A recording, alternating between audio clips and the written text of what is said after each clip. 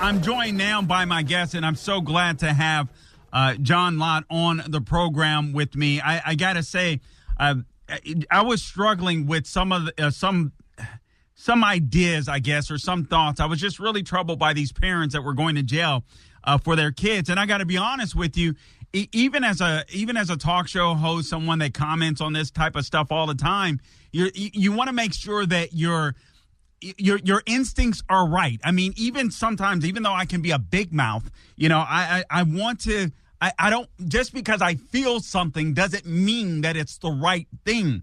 But just common sense told me, intuition perhaps, it's like something about this isn't right.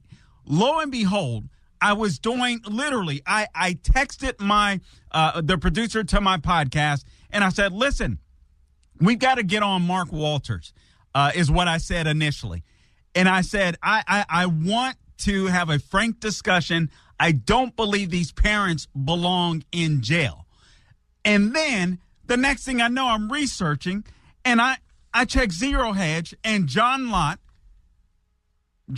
writes this column, "Don't jail parents for school shootings, arm teachers." And I'm like, when John Lott says it, I know that I'm on the right track. John Lott, welcome to the program. I'm flattered. Thanks for having me on. Absolutely. John, listen, I got to tell you, I was kind of struggling with these thoughts, to be honest with you. I didn't hear a lot of conservatives talking about this, but I was like, I felt like there was something just wrong about this. And I'm like, I wasn't sure what crimes the parents had committed. And you wrote this column. You also did an interview recently with John Stossel, and I'm glad you did that. But talk to us about this a little bit. Don't jail the parents for school shootings, arm the teachers. Right. Well, look, it's understandable that people want somebody to blame, and the parents seem like an obvious choice.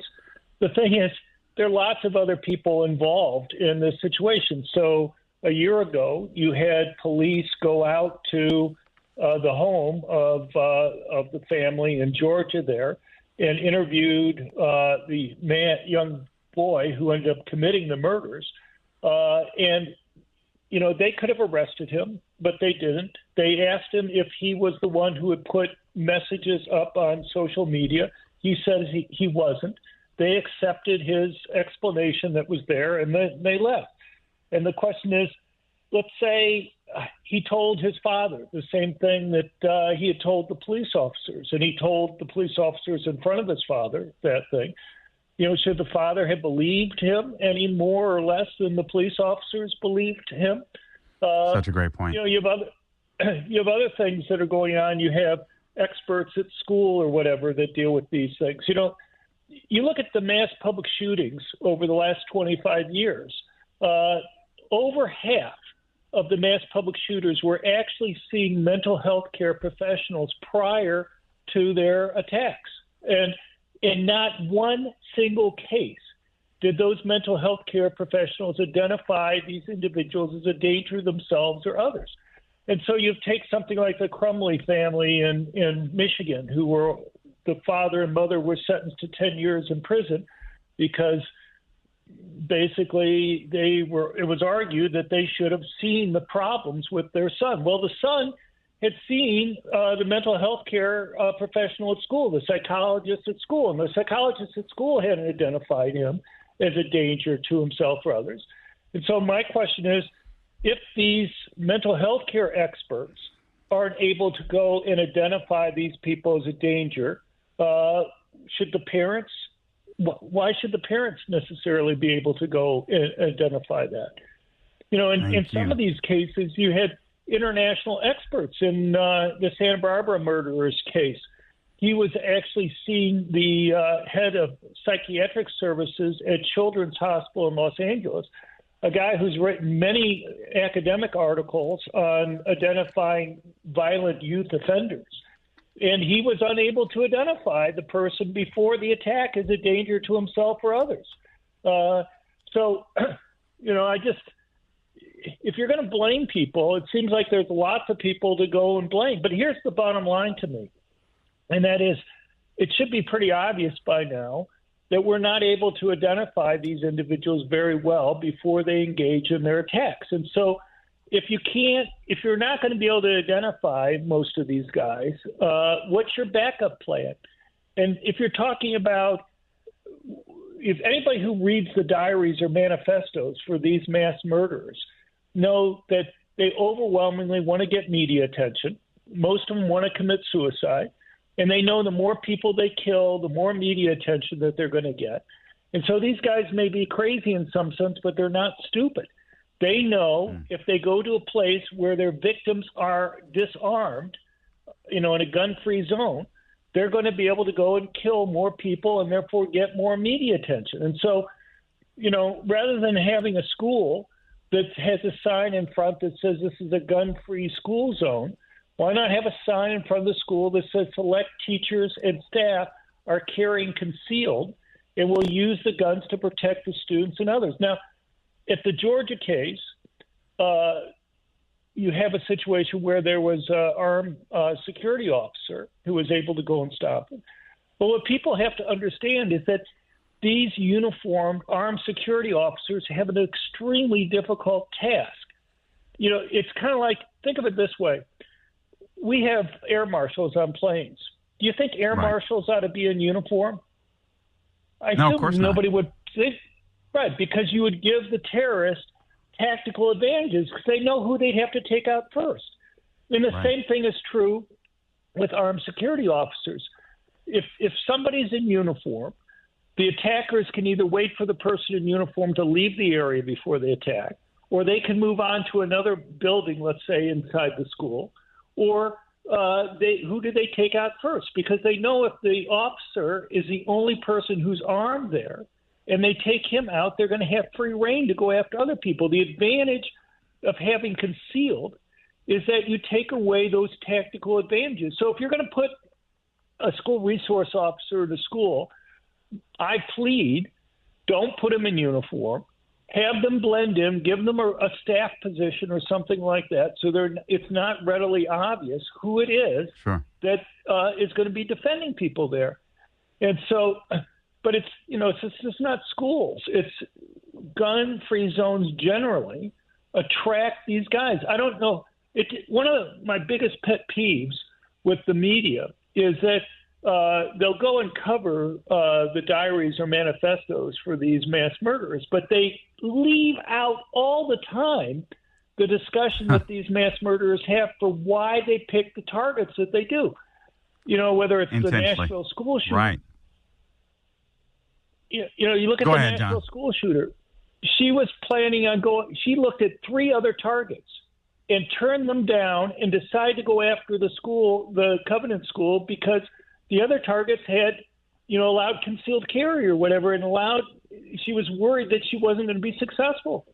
You look at the Buffalo mass murder the year before, the New York Times has run like 8 editorials on that case. Never once in any of their news articles or anything else do they mention that the guy has a long discussion about why he picked the target he did. He explicitly talks about not wanting to go to a place where people have permanently concealed handguns because he says that would make it much more difficult for him to successfully kill people. Why not once in a while? Isn't that newsworthy to cover once in a while why these guys pick the targets that they do? Yeah, I mean, there's definitely a nefarious purpose behind it. Again, I'm speaking to John Lott. You got to make sure you check him out online. His organization, Crime Research Institute. I go on there frequently. Also, the author of More Guns, Less Crime. It's been updated, renewed. It's one of those books you just have to have on your shelves as a reference book. So make sure you go out and get it. John is going to stick with us for another segment. But I wanted to bring him on again to just talk about these parents that are being jailed. Guys, John makes a great point, and I encourage you to go out and read this column, too. I would say I tweeted it out. I believe I did, but I don't have my phone on me. I accidentally left it home. But I want you to read it. It's on Zero Hedge. It's on Real Clear Politics. Don't jail parents for school shootings.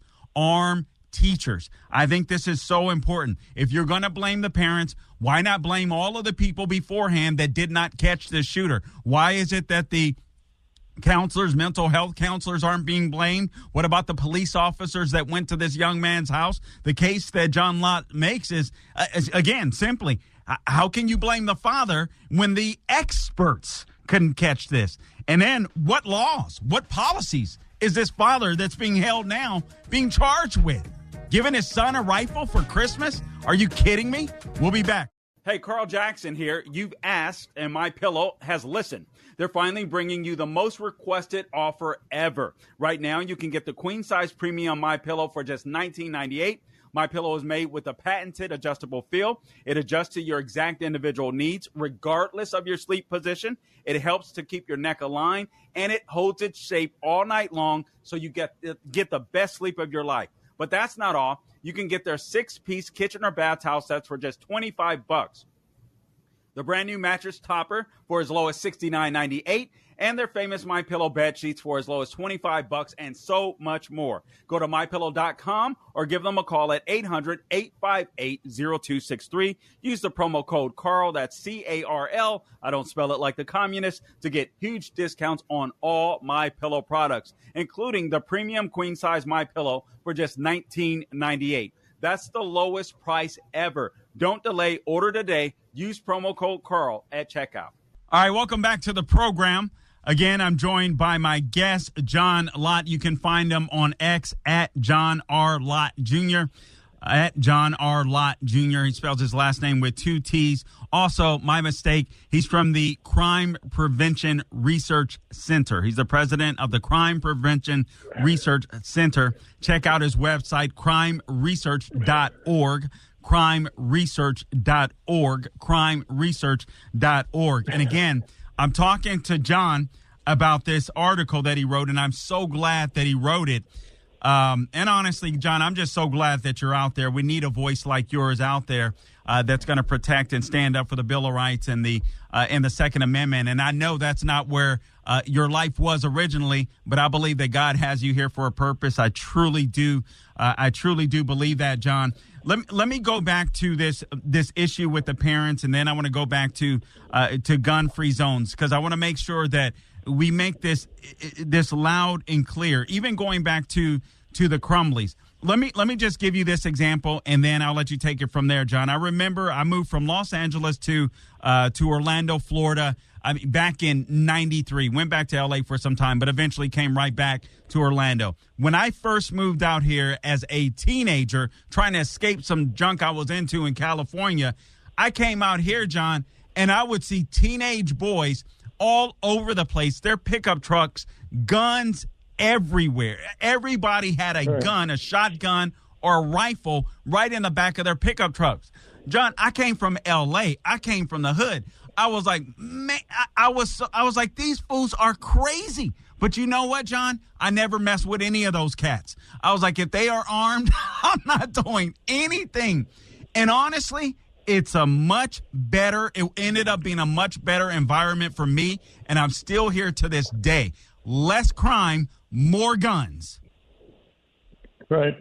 Yeah, just before I get into that, I just want to say I don't argue Second Amendment type things. What got me involved in the debate and what keeps me involved is what makes people safer. That's the bottom line concern for me. Does freedom and safety go together? In this case, yeah. But the bottom line to me is what makes people safer.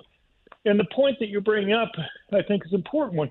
If my research convinces me of anything, there's basically 2 groups of people who benefit the most from having guns. People who are the most likely victims of violent crime, which tends to be poor blacks who live in high-crime urban areas. I mean, it'd be great if police were able to protect everybody all the time, but police virtually always arrive on the crime scene after the crimes occurred. And the question is, What's the safest course of action for somebody to take when they're confronted by a criminal? And the second group of people who benefit the most are people who are relatively weaker physically. You're almost always talking about a young male criminal doing the attack. And when a man is attacking a woman or an elderly person, there's a lot larger strength difference that exists there than when a man is attacking another man. And the presence of a gun for somebody who's weaker physically represents a much bigger relative change in their ability to go and protect themselves and prevent bad things from happening. And I was chief of